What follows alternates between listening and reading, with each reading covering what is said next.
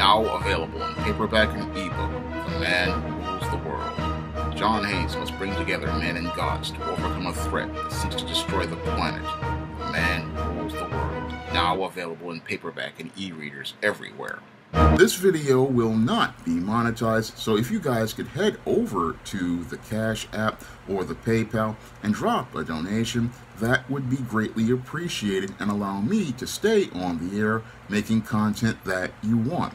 Now, one of my viewers wanted to know what my thoughts were regarding the conflict between Israel and Hamas, and while I have been paying attention to it on the news, this wasn't a video that I made to be a priority. Now, what's going on in Israel started around last Saturday when Hamas militants invaded Israel from the Palestinian area of the Gaza Strip. And as they invaded Israel, they went into a music festival that had been going on since that Friday night and wound up taking the lives of over 200 people on that Saturday morning. And as they were going out here participating in that massacre at that music festival, rockets were being fired from the Gaza Strip into other parts of Israel, damaging homes and taking the lives of innocent people, while more militants on the ground began taking out weapons and breaking into the homes of nearby villages, taking people out of their homes early in the morning and shooting many in the street and taking others as hostages in one of the worst terror attacks in world history. Now, as media coverage took place regarding this surprise invasion of Israel, many were saying that this terror attack was one of the worst they had seen in over 20 years, and in Israel they were comparing it to 9/11, the terror attack that took place here in New York, where Osama bin Laden had multiple terrorists hijack U.S. planes and fly them into the World Trade Center here in New York and into the Pentagon in Washington, and were planning to fly one into the White House before the passengers got on the plane and crashed it into Shanksville, Pennsylvania. Now, 9/11 led to the deaths of over 3,000 people and led to George W. Bush starting his, what he called, a war on terror, and also led to a over 20-year occupation of Afghanistan to root out all of the members of Al-Qaeda. Now, in reaction to what happened in Israel, Benjamin Netanyahu, the leader of Israel and the prime minister, is also looking to wage a campaign of a war on terror on Hamas, and in less than a week he has basically wound up cutting off the water, food, and medical supplies from the Gaza Strip, and has dropped rockets and bombs on numerous locations, taking the lives of over 1,000 people in that Palestinian area, and is now getting ready to create a ground invasion of that area to get rid of Hamas once and for all.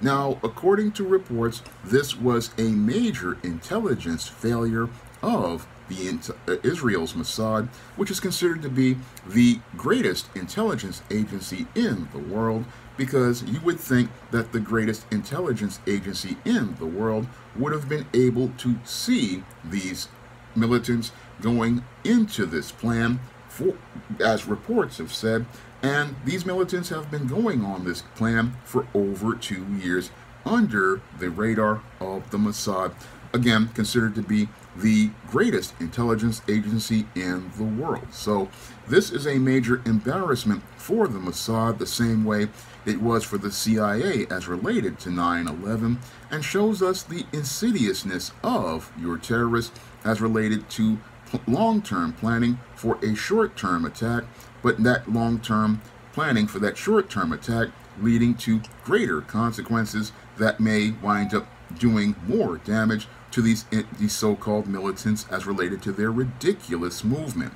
Now, with all that said about all of the tragedies that have gone on, It's sad to see so many innocent men, women, and children losing their lives in this tragedy, and it's really sad to see all of these innocent people winding up losing their lives, all because of a handful of militants who went out here looking to take the lives of innocent people in their campaign of terror.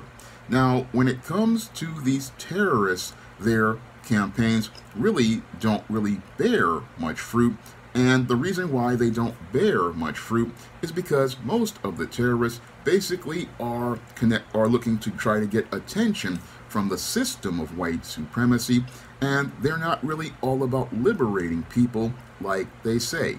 No, when it comes to your terrorists, again, they are people who are afraid of going to war, and their ultimate goal is to get the attention of a government to try to get concessions as related to the campaign of scaring people, but that's not something that's really going to get you any sort of effective result. No, when it comes to terrorists, what they do is participate in a cycle of insanity where they keep doing the exact same things and expecting a different result. And that's what I've seen when it comes to these terrorist campaigns after studying the history of them over the last 50 years. Now, these campaigns really started in the 60s with the first, I believe, 7-day war in Israel. Then we got the formation of the Palestinian Liberation Organization by Yasser Arafat, and we got other terrorist organizations out throughout the 70s who were out here hijacking planes, and as they participated in their terror campaigns to get the attention of the world, they have not really yielded many results except doing the exact same thing of looking to try to scare people into giving them what they want, but winding up with nothing at the end of the day. I mean, I look at all of these terror campaigns from the PLO to Hamas to your Hezbollah, and none of them have really yielded any results that are substantive except death and violence, and they don't yield anything because what they're doing is taking resources they get from white supremacy in order to get attention from white supremacy. And again, the system of white supremacy doesn't really respect their power because they are out here looking to pander for attention instead of taking power. So they come from a position of weakness as related to their campaigns, and this is why they go nowhere, even when you have guys like Osama bin Laden, who had an entire country of Afghanistan. He was looking for white validation more than he was looking to build anything tangible. And even though he had these issues with America, he wasn't looking to create a competing economic system. No, he was just looking to get the attention of white folks. And this is why he wanted to, again, kill 3,000 people. And this is why he wound up going nowhere, even though he had an entire country he could have built up. He could have actually made a stronger impact by building up an entire country with his resources, but no, he invested it in looking for white validation and approval. And what's going on in between these countries, again, is just guys looking to, again, get the attention of white folks. And this is where I just didn't have much concern over what was going on, because what was going on over in Israel as related to Hamas and the Israeli government is between Hamas and the Israeli government, and doesn't really have much to concern foundational black Americans here in America, because what's going on over there does not impact, foundational black Americans. We need to let them have their conflict and focus on our primary goals. And our primary goals, if we are a part of the movement of black empowerment, needs to be about getting tangibles from our politicians that we choose, and getting tangibles in exchange for our vote. That needs to be the main focus of foundational black Americans as related to what's going on right now. and we need to be more focused on the 2022 results, which showed more black people staying home because we weren't getting tangibles, and focused on developing a campaign for 2024 where we are looking to get tangibles from candidates, and we need a long-term plan to be focused on looking to finally start choosing our own candidates and not looking to have bootlicks go out here and represent us. Because what I'm seeing out here as related to this whole incident in Israel is we've got a lot of bootlicks out here like Amari Stoudemire and many others like Floyd Mayweather looking to pander to those same masses out there in white America and looking to try to virtue signal and get brownie points. But we need to be focused on black empowerment. I mean, our main focus needs to be staying the course as related to black empowerment. We need to be focused on, again, the 2024 elections of president and the Congress. And here in New York, we really need to be focused on getting that bootlick Eric Adams out of office and putting a person on the ballot who will represent black people in New York and getting tangibles for foundational black American residents instead of looking to make migrants a priority instead of black people. That should be our main focus as related to things, because again, what happens in Israel has nothing to do with us, and that's between the Israelis and the Palestinians, and it has always been between the Israelis and the Palestinians for centuries. And if you read your Bible, you will find out that this is just one of many skirmishes between the Israelites and the Palestinians that have gone on for centuries, ever since the Romans looked to go out here and erase the Israel from the map. What they want to do is erase the nation of Israel, and the Romans did this after they conquered the Israeli lands and decided to give those lands to the Arabs and call it Palestine. And since then, there has been a fight between the Israelis and the Palestinians over this land that the Most High gave to Jacob and then passed on to future generations of Israelites. And many have wanted to remove the Israelites from their promised land. So this is a conflict that has gone on for centuries and even eons, and it is one that was clearly stated in the Bible will not end until the Messiah returns for the second time, where he will deal with this conflict once and for all. So there will never be a real resolution to what goes on as related to those lands, because this was clearly stated in the Bible. So when I look at this whole situation as related to what went on with this tragedy, it's one that I, again, was not really paying much attention to, because my goals as related to your global and even politics is more about black empowerment and more focused on getting tangibles for black people who have been ignored by many of those in other lands, and looking at the way guys like Kyrie Irving and Kanye West were treated. I mean, that really is one thing that I found to be troubling. I mean, the way Kyrie Irving was treated, how people basically wanted to try to push him out of being able to make a living. I mean, that's quite troubling to me. And what happened with Kanye West, even though I think he's an imbecile, I mean, how they basically tried to go out here and cancel him by trying to take away his ability to make a living, and then it blew up in their face, where companies like Adidas wound up stuck with billions of dollars in stock, and many of these companies wound up going broke. That really was something troubling to me. I mean, just because these two black men decided to voice opinions that a certain people of a part of a group didn't agree with, they wanted to destroy both of these men. And in the case of Kyrie Irving, if it wasn't for the Hebrew Israelites standing up for Kyrie Irving, who is a Hebrew Israelite, he was the one who had that force of people that made many of these wealthy individuals who are a part of a certain religious group finally back off because they've realized that they were alienating their customer bases as related to the Brooklyn Nets and Nike and all of these corporations.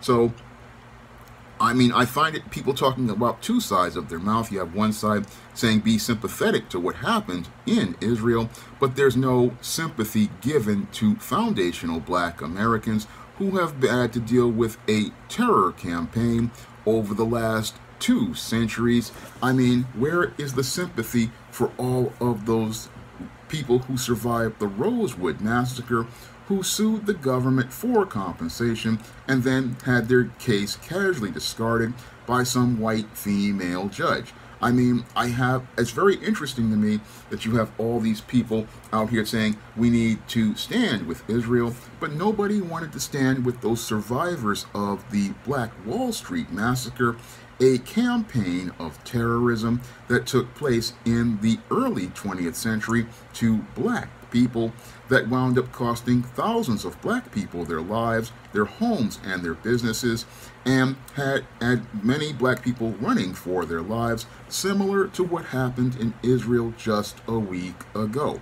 I find it interesting that the atrocity in Israel has the mainstream media sympathetic to what happened there, but there was no sympathy given to those survivors of the Black Wall Street Massacre who were suing to be compensated for losing their businesses and their lives over close to a century ago.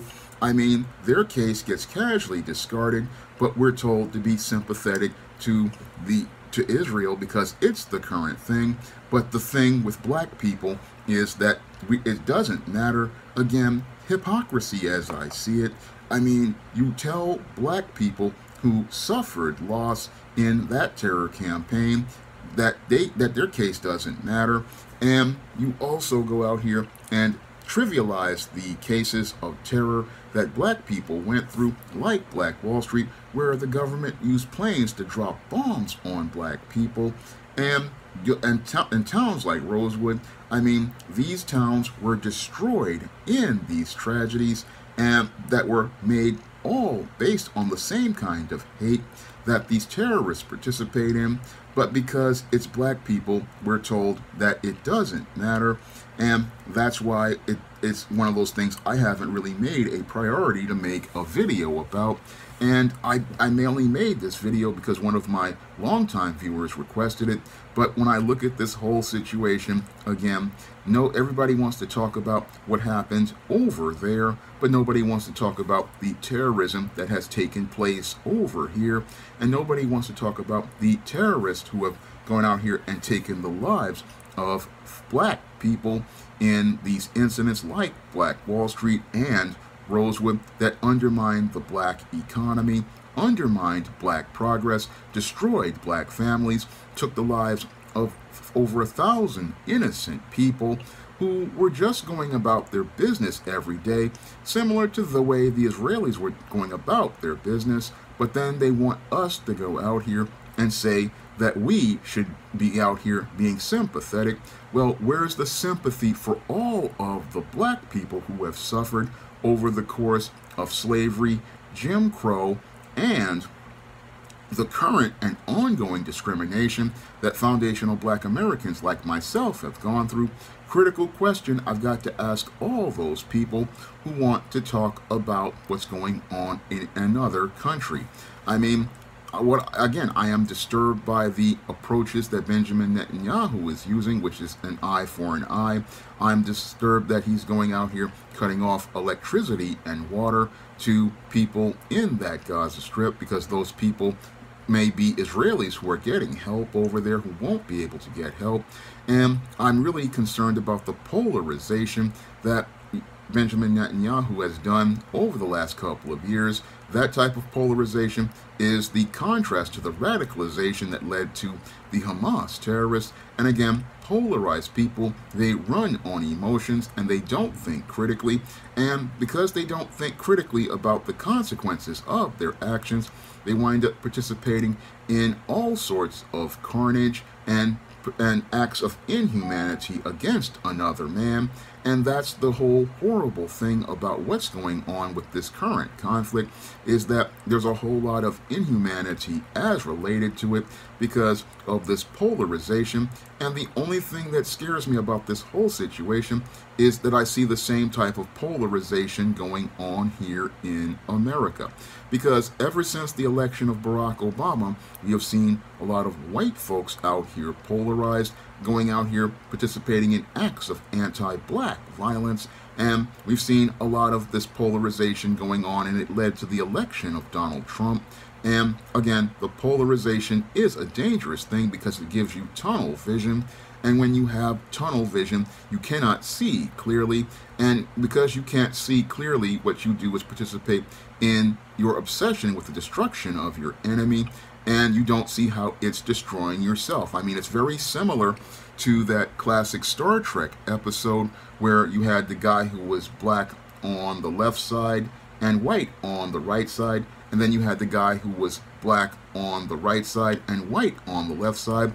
And as Captain Kirk tried to broker a peace between the last two survivors of this conflict, what these two individuals did was continue to go back and forth with each other to the point where they raced to go back to their homeworld. And as they got back to their homeworld, both of these men killed each other, rendering the entire race extinct. And that's sadly what happens when people get polarized and caught up in their feelings of hatred towards each other. They get so caught up in their feelings of hatred towards each other, they can't see that they're going to facilitate their own demise, because they're so caught up in their feelings in the short term and getting their feelings gratified in the short term about what they feel they want, that they don't think about what it's going to cost them in the long term. And that's basically what's happened with this terror attack from Hamas. They all planned for 2 years about sating their feelings in the short term about getting at the Israeli enemies as related to this attack. And again, as they did this, they didn't think about the consequences of a nation that was being supported by many other nation states and also had a major line of defense. So this was not something that was really thought out critically, and sadly, again, no real critical thinking overall. And while it's again a great tragedy that has happened, it's not one that black people need to be focused on. No, our focus needs to be on black empowerment. Our focus needs to be on getting tangibles in exchange for our vote in the 2024 election, and looking to get rid of black bootlicks who do not serve black empowerment in the 2025 and onwards elections, and a long-term plan towards picking our candidates instead of taking bootlicks like Eric Adams and Jamal Bowman from white supremacy, because the whole thing is attacking the system of white supremacy with its own weapons that it finances you with is completely backwards. And that's where the terrorists always fail, because like in the movie Baby Boy, the main business of white supremacy is war, and like Ving Rhames' character said in the movie, it's all about guns and butter, and the easiest way for them to make money is by selling you the guns and the butter, because as they're selling you the guns and butter, that from the money they give you and feed you with, they use this to go out here and take you out so that they can eliminate their competition. So I look at this whole situation, and again, I don't see anything that concerns black people. No, this doesn't concern us at all, and we need to keep our eyes focused on things that empower black people and look to get tangibles for foundational black Americans. Now, this is a video that, again, is not going to be monetized because it's something that YouTube's algorithm doesn't like. So if you guys could head over to the Cash App and help me by going out here and dropping a donation, that would be greatly appreciated. Or you could head over to Amazon.com and pick up a paperback or a Kindle book. That would also help the channel and help me to be able to stay on the air making videos like this one the viewer wanted me to make. That's all I have to say for this video. You comment, rate, and subscribe.